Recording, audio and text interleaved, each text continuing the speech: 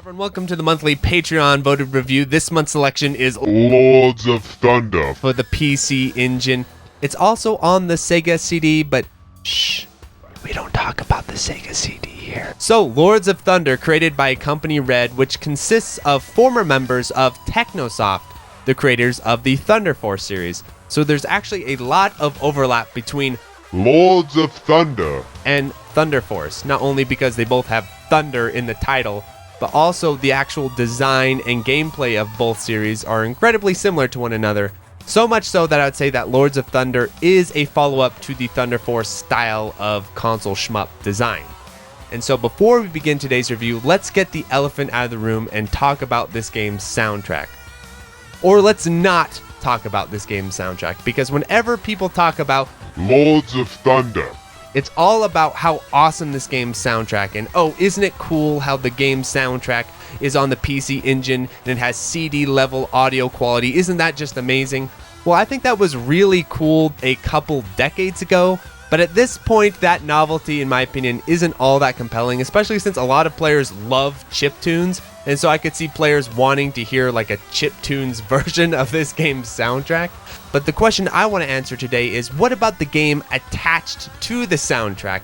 How does the actual gameplay of Lords of Thunder hold up? And is it just overhyped because of how much people love its soundtrack and the fact that it's on the PC Engine? Well, let's get into it, and we'll begin with a basic overview of what is going on. Even though the gameplay looks crazy and chaotic, it is actually really simple. It is merely a 2-button game.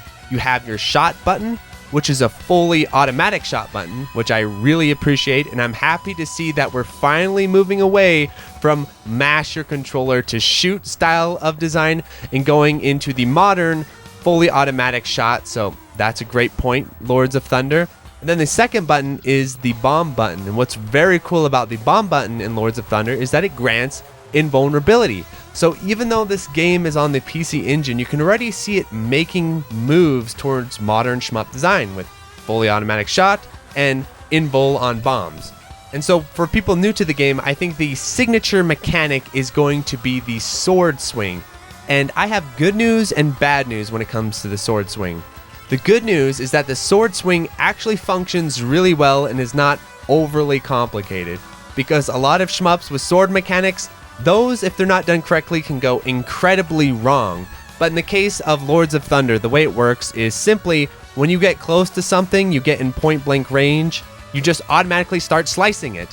However, the bad part of the sword system is I feel it is pretty limited. Other than getting close and doing bonus damage, which you often get in other shmups anyway, like Doronpachi's Aura, other than having a cool looking effect for bonus damage, the sword hardly does anything else. There aren't really all that many special sections that involve the sword or special enemy types that involve the sword. It's merely a question of dealing damage, and also because your ship movement in this game, it isn't slow, but it isn't fast. It's that nice medium console speed, I think, for an average person on a gamepad where it feels comfortable, you can get around the screen. But the problem is that since your movement speed isn't all that fast, coming in and point blanking larger enemies with your sword can be pretty dang risky, especially when we get into the higher difficulties, and I'll talk about that later. So I feel like the sword mechanic is solid, it's good, it's a good addition, but it isn't fully realized. It isn't as good as something like Radiant Silvergun's sword mechanic or Zero Ranger's sword mechanic. It feels a little bit underbaked, a little bit half-finished, but still pretty sweet. So you've got your shot, you've got your sword, you've got your shield, and you've got your bomb. Nothing too crazy about that, but what ties all these mechanics together, and I think a really interesting and fun way, is the shop system of the game.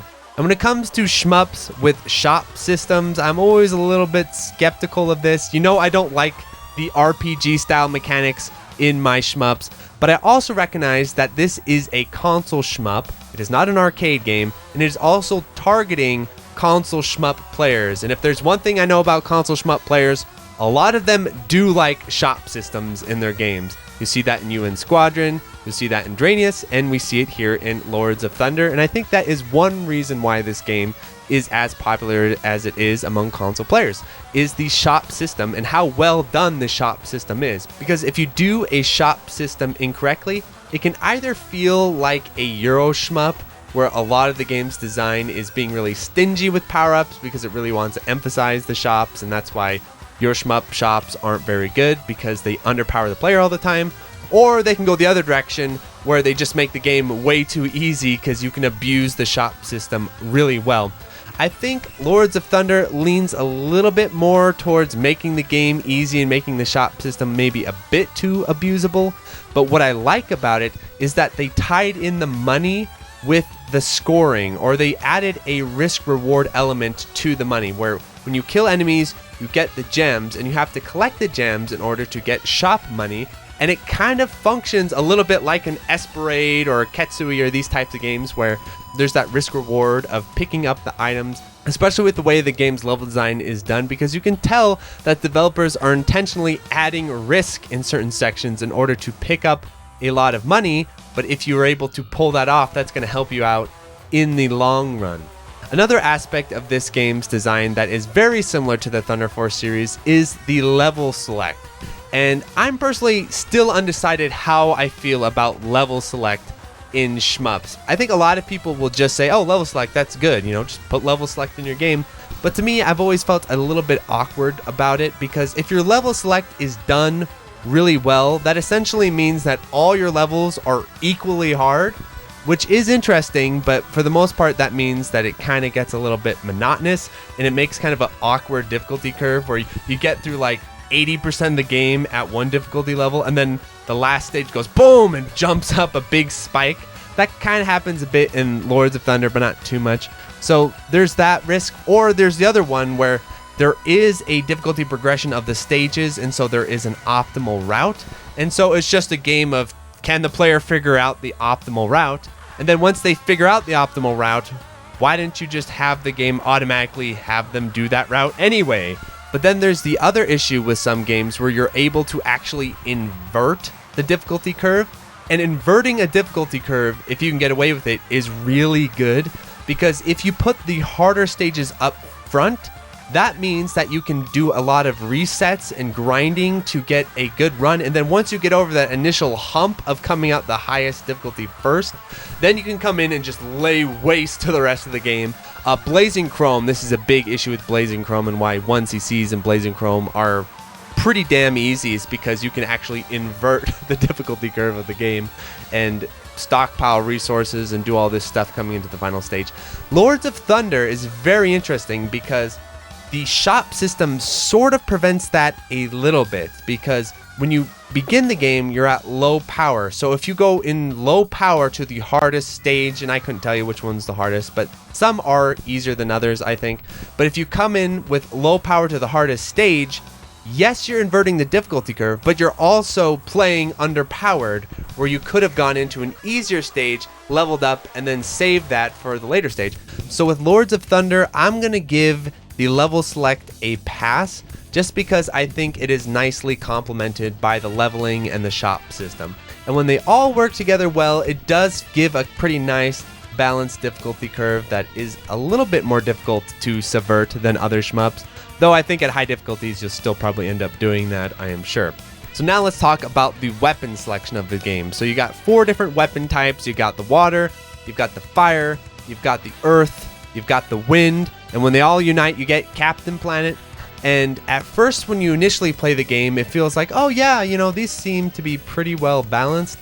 But after a little bit of playing it, especially at higher difficulty, I realized, not so much, because one of these 4 is not like the others. One of these 4 is way better. The fire. The fire is hella good. It is hella OP because it does massive amounts of damage. And not only does it do massive amounts of damage, but its bomb is out of control. Its bomb is crazy. You can one-shot mid-bosses and nearly one-shot bosses with the fire's bomb. So the other weapon types are pretty fun to mess around with, and I guess if you want some added challenge, you can play the other weapon types. But if you're going for the 1cc, if you're going for the higher difficulty clears, I think the fire type is just really hard to beat. I also believe it is piercing at higher power levels, so it is just really hella good. So now let's talk about one last mechanic that I think is interesting and is really good on paper, but unfortunately the execution is a little bit funky, which is this game's health system. So like I said, I am open to the idea of maybe adding a bit of a RPG mechanic and health system to a console shmup. Boghog has sort of changed my mind on health systems, especially since I realized two of my favorite shmups have health systems. Death Smiles and Gwange, they both have health systems, so I've made peace with games that have health systems. But the problem with the health system in Lords of Thunder is how you take damage, because unlike Gwange or unlike Death Smiles, when you take damage in Lords of Thunder, there's like basically nothing that happens. You don't get a special animation, you hardly get a sound effect, you get like a tiny bit of invulnerability and flashing, but that's about it. There's no sort of invul big damage animation, and so what can happen is that as you're going along and playing, something flies into you. You can take an ass load of damage without even realizing it, because the game is hardly doing anything to indicate to you that you are taking damage. I think that could have been massively improved, because having a health system where you're taking damage and you're not really noticing and you're not really getting any sort of invul or even consequence to it, I think that is a system they really could have improved, because in this state it feels kind of unfinished. Another thing about taking damage in this game that I wish they had taken a second look at is the hitbox. And yes, I know this is an older school style shmup, but the hitbox in this game feels really huge and feels a little funky. And because you have this big sword mechanic and the game really wants you to fly up next to stuff and slice it and point blank it and get aggressive, it feels awkward to have this big sword mechanic and then behind your sword is a massive awkward hitbox where stuff will hit you from angles that your sword can't cover. You'll notice your guy can't do crap about objects directly above or below him. He's a helpless little turtle at those angles. And it would be one thing if he was shaped like the Vic Viper, because that's kind of the way the Vic Viper works. But the difference between this sprite and the Vic Viper is the Vic Viper has this long but thin hitbox, so it can slide in between things. So it makes sense for a long and thin hitbox to have vulnerabilities above and below it. But with the Lords of Thunder hitbox, it's like a giant awkwardly shaped circle. So you'd hope if you have a circular hitbox, you'd want to shrink it down to at least be small enough that this sword in front of you would be able to cover it effectively. So those would be my two biggest gripes with Lords of Thunder on the mechanical level. I think the hitbox is too big in terms of feel. Now, I'm not saying that you can't beat the game with this hitbox or anything like that. Not at all. But what I'm saying is that the hitbox doesn't feel good. It doesn't feel fun to fly around and try and point blank things with a sword when you got this giant hitbox attached to the back of it. And then the second thing is the damage stuff, where the damage system in this game feels like something you'd see on the NES rather than in the 16-bit era. So now let's talk about difficulty, my friends. So seeing as how this is very much like Thunder Force in design, and it is a console shmup for the PC Engine, I don't think it's going to be a surprise to anyone to say that the normal difficulty of this game is not all that challenging. And I think this game was made for newcomers to the genre in mind, and I think it actually performs really well under those conditions. But for the most part, it isn't all that difficult of a game. And then I also looked up to see if there are any serious score runs or anything like that. But for the most part, it seems that the scoring system of Lords of Thunder isn't all that important, and most people seem to just play it for survival. And so I'm going to discuss it on that level of playing it for survival, and I think that's perfectly fine for certain shmups to mostly aim for that rather than scoring, though I do think scoring does add a lot to the longevity of your shmup, very obviously. But when it comes to playing for a survival 1cc, and I will say, as I was playing and gathering footage for this game, I was having a lot of fun, even though it wasn't particularly all that difficult. And the reason for that is I think the stages are really nicely designed. They have a nice, tight pace to them, where they're not too fast for newer players, but they're not that plodding, slow Euro shmup yuckiness either. It's just this nice, steady difficulty curve through the level, and then when you go to the next level, kind of the same difficulty curve. Nothing shocking, nothing crazy that's making you grind your teeth, but nothing too boring and lame where you lose interest. I think it's a really well done 16-bit shmup. Though I will say, when it comes to the boss fights, boss fights were a bit of a pushover in normal mode, especially with the fire type where you can pretty much like one-shot them with your bomb. If you just buy 3 bombs in the shop, just save your bombs till the end and you can just fire dragging them to death without even needing to really fight them with your bombs. And so in terms of the default difficulty, I think most players, even newer players, will probably be able to grind out a 1cc of this game in a day or two. I don't think it's going to be too heavy of an effort.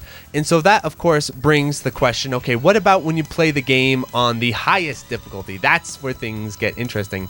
And when it comes to console shmups, the way they handle their highest difficulties is always kind of a crapshoot. And so I was very pleasantly surprised with what Lords of Thunder came up with.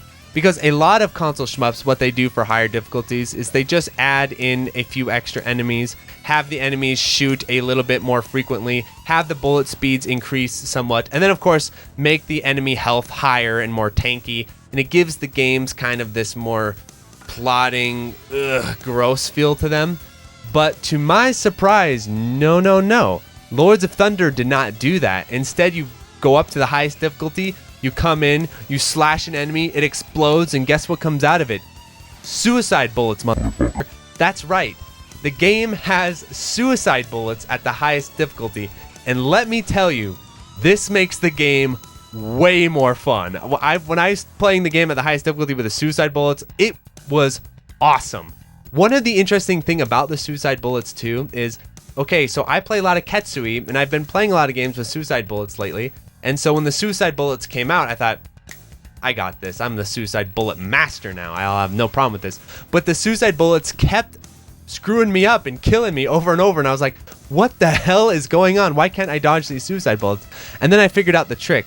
The trick is that this game has kind of a weird way it does suicide bullets, because unlike Ketsui, I think unlike Psycho as well, when you kill the enemies, you don't just immediately get the suicide bullets flying at you. Instead, they have an explosion animation, then after a bit during the explosion animations, then the suicide bullets come out. There's a delay, basically. And I think the reason they did that is because of the sword mechanic, where if they had the suicide bullets come out immediately after you killed them with your sword, you would just die because your hitbox is huge and your movement speed is slow. So the devs were like, oh crap, okay, we can't just have the suicide bullets pop out immediately. So they have this kind of funky delay to them. But as weird as it is at first, I kind of ended up liking it. It gave the game a really unique and different feel, where your suicide bullet strats are not the same as you play in other games, because you'd kind of come in and point blank things, but then you could also redirect the suicide bullets in kind of interesting and cool ways. So yeah, that's a little tip when you're playing the game at the highest difficulty, is that the suicide bullets are going to feel a little bit different. But when you're playing the game at the highest difficulty, you're all leveled up, you're cruising through the stages, there are more enemies, it's more difficult. It has a little bit of a Sengoku blade feel, but with much slower bullets.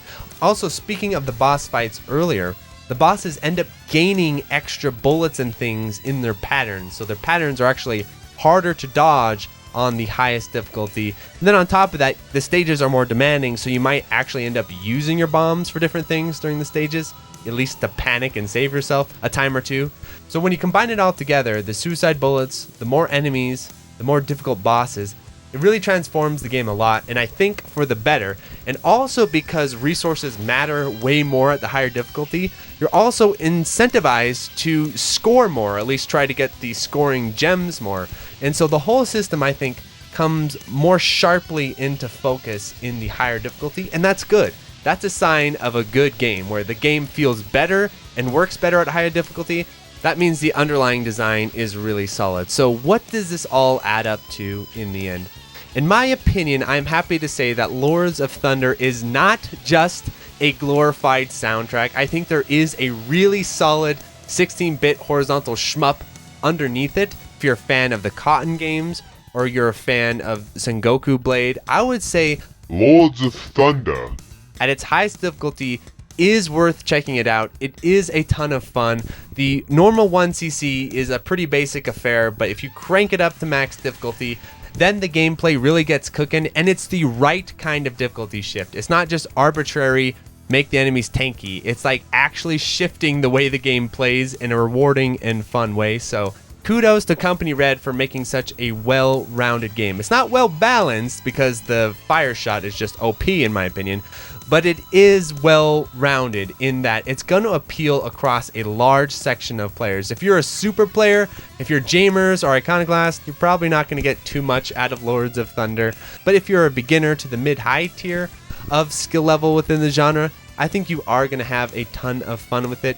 And one final note on how to play Lords of Thunder, because I talked about how it was released on the PC Engine, and there's not a whole lot of ports of this game. My recommendation is, of course, to play it on RetroArch, because the PC Engine core on RetroArch is really, really good, and you can get 1 frame of input lag with only 1 frame of run ahead or preemptive frames. So you don't need to even do a whole lot of run ahead to get this game to play really responsively. In fact, you can turn off run ahead and the game will still run very responsively at 2 frames of input lag, which is really nice. And of course you can play it on the Mister. I haven't lag tested it on the Mister, but I have played PC Engine stuff on the Mister, and that is also really responsive and feels really nice.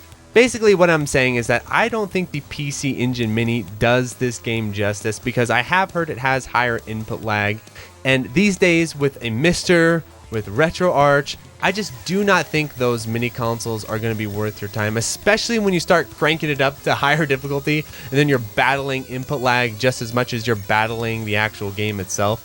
I don't think that's going to be the most pleasant way to play the games, and everyone knows I'm not a fan of these mini consoles. That's why I never talk about them on the channel. But yeah, I just wanted to give that heads up as well. Maybe one day we will get a proper console release that performs well and plays well and can kind of put this discussion to end. But thanks so much for tuning in. Please like, subscribe, tell all your friends. Adios, everyone.